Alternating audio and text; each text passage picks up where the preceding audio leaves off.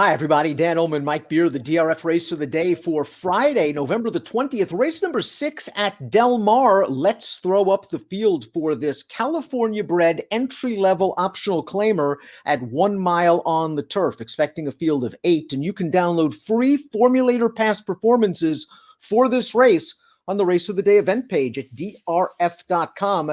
Access them, handicap along with us. The one Rustic Canyon, 5-2 on the morning line. This is just a very consistent horse with the tactical speed to make any kind of trip. Yeah, that's true. And I guess that's his advantage, Dan. We'll see if he can get as good a trip in this race as he got last time, because he did win his most recent start, but he had an absolute dream trip that day. But as you can see on the morning line, very competitive, 5-2, 7-2, a couple of 4-1 shots. And these horses are only separated by a couple of points on the Beyer scale in their most recent races. Let's throw up the Timeform US pace projector.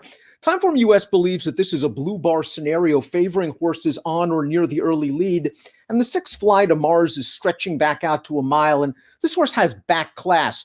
I think there's a question about whether he can still run anymore, but if he can make the lead and at least back things down, and he's getting some class relief. Yeah, we'll see what he does here. He does have the back races to be really tough if he is still capable, which is a real question at this point. There are also a couple of stretch out sprinters in here, Dan. So I don't necessarily know that he, has to make the lead. And even if he does, I'm not sure how slow he'll be able to go.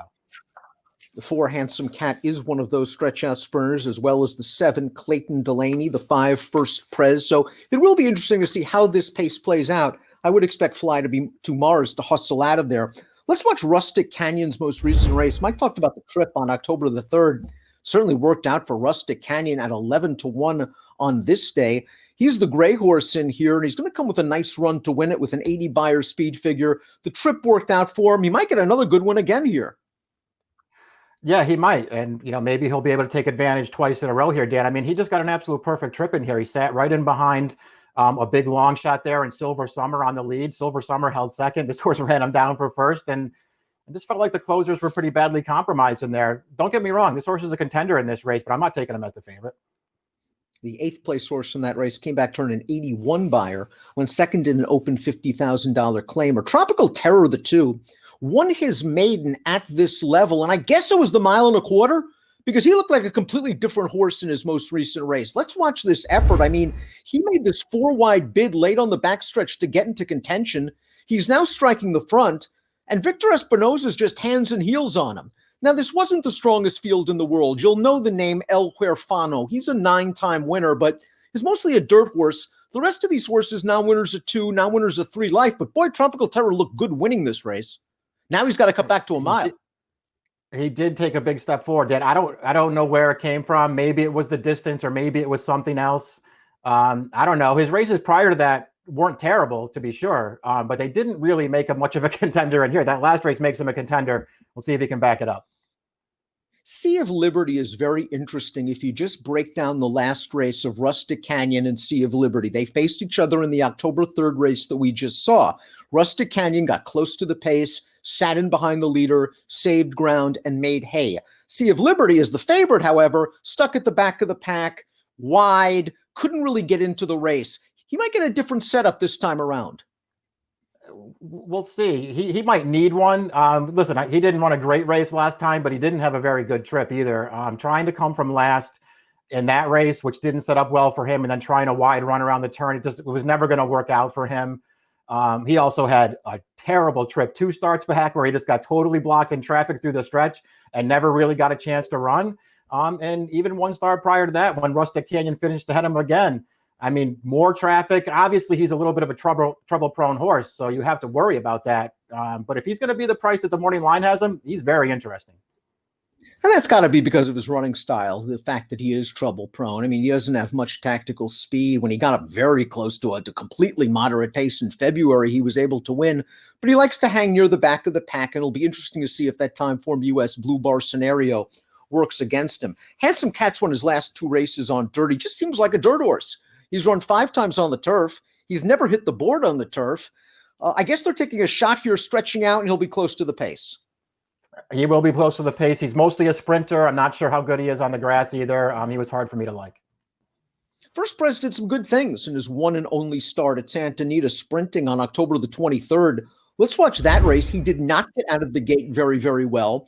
Then he's going to come with a very wide run into the stretch. He has a lot of work to do here with about an eighth of a mile to go, and he's going to roll them all down onto Rispoli, who just seems to be riding great on the turf. First Pres now has to stretch out, face winners, but this looks like a nice stout horse with some promise. Yeah, I agree, Dan. I really like this horse's debut. And when I watched him run, I don't know if I feel like this horse is just a sprinter. He didn't really seem like a sprinter to me. After a little bit of a stumble at the start, he had to be pretty hard ridden to chase that pace. I like the way that he stayed through the stretch. To me, it looked like he was getting stronger at the end of the race. He has plenty of pedigree to stretch out as far as I'm concerned. I think he's a very dangerous horse in this race. And really, the X factor in this race is up next. The number 6, Fly to Mars, 7-2 second choice on the morning line. This horse earned 3 consecutive triple-digit Beyer speed figures and was graded stakes place twice, including a nose loss to Sharp Samurai in the City of Hope Mile. The problem is those races were back in 2018, and they preceded a lengthy layoff. He's run 3 times this year. He hasn't run particularly well, but he does have speed. And if you can remember who he used to be, he's going to be tough on or near the lead. Yeah, obviously, if he runs one of those races going back to 2018, he'll just win this race. He just doesn't look like that horse anymore. Maybe he's found the right spot here, Dan. If he shows up and can still run and runs one of his good races, he'll win. We'll see what kind of price he is. If he gets bet in this race, I kind of would rather take somebody else. Clayton Delaney is just an interesting case to study from purely a past performance standpoint. A winner in his second lifetime start in gate-to-wire fashion at Los Alamitos. His last 2 starts, however, he hasn't shown any speed whatsoever. He came from way out of it last time out, picked up some pieces sprinting. They're going to try to stretch out with him for the first time. He's going to be a good price. I think he can get a little bit closer to the pace, and that's key, because if he's going to try to come from 13 out of it against this field, he might be in trouble.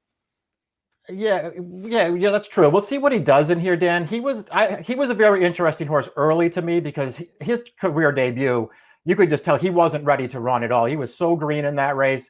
He took a nice step forward in his second start, despite still being very green. He showed a lot more speed.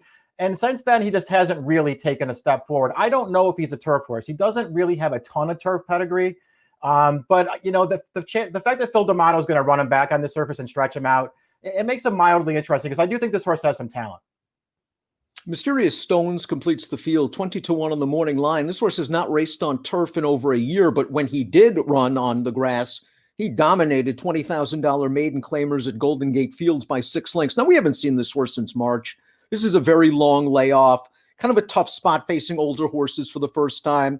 He faced some decent runners at Golden Gate. I don't know, Mike. I'm inclined to watch one.